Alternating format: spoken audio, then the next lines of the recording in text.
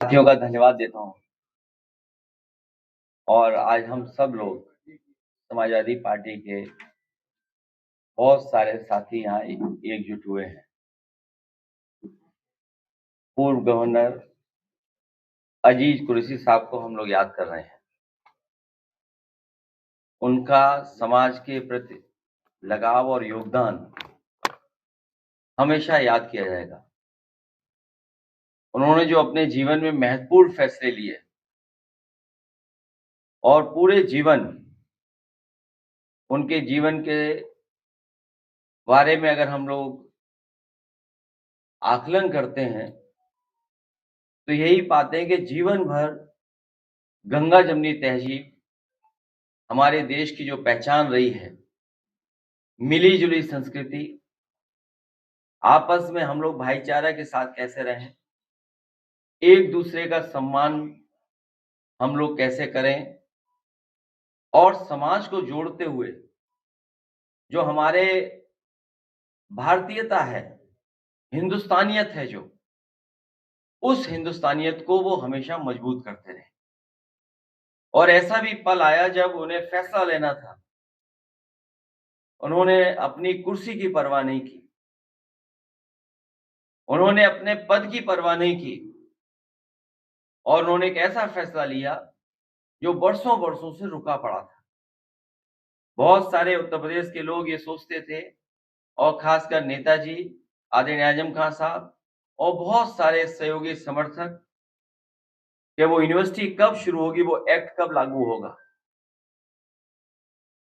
हमें खुशी हुई इस बात की कि जब वो लखनऊ में आए तो उन्होंने वो ऐतिहासिक फैसला लिया और उसका परिणाम यह हुआ कि रामपुर में मौलाना जौहर उनके नाम पर जो आदरणीय आजम खान साहब यूनिवर्सिटी बना रहे थे वो बन करके तैयार हो गई और एक्ट पास हो गई।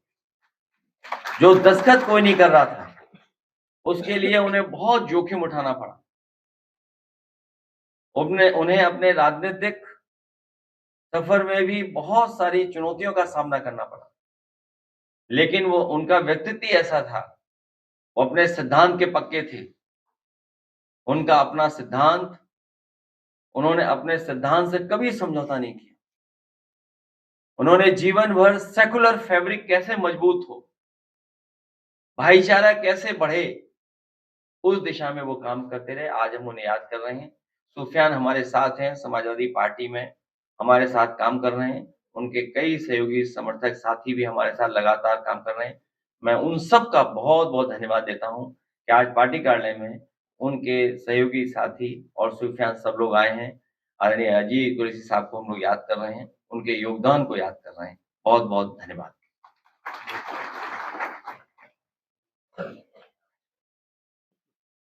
गाजीपुर में जो मामला सामने आया है, जिसमें दिखाई दे रहा है कि वहाँ पे एक जिला है जिसका नाम आशुकी है, वो प्रतिनिधि मंडल पर जो वहाँ पे गया उसको पत्थर चला रहा है, उसके ऊपर कोई कार्रवाई नहीं करी। तो हालांकि हमारे साथ मंच पर गाजीपुर के जिलाध्यक्ष पूर्व मंत्री ओम प्रकाश जी, विधायक हमारे साहू जी और काफी साथी हैं।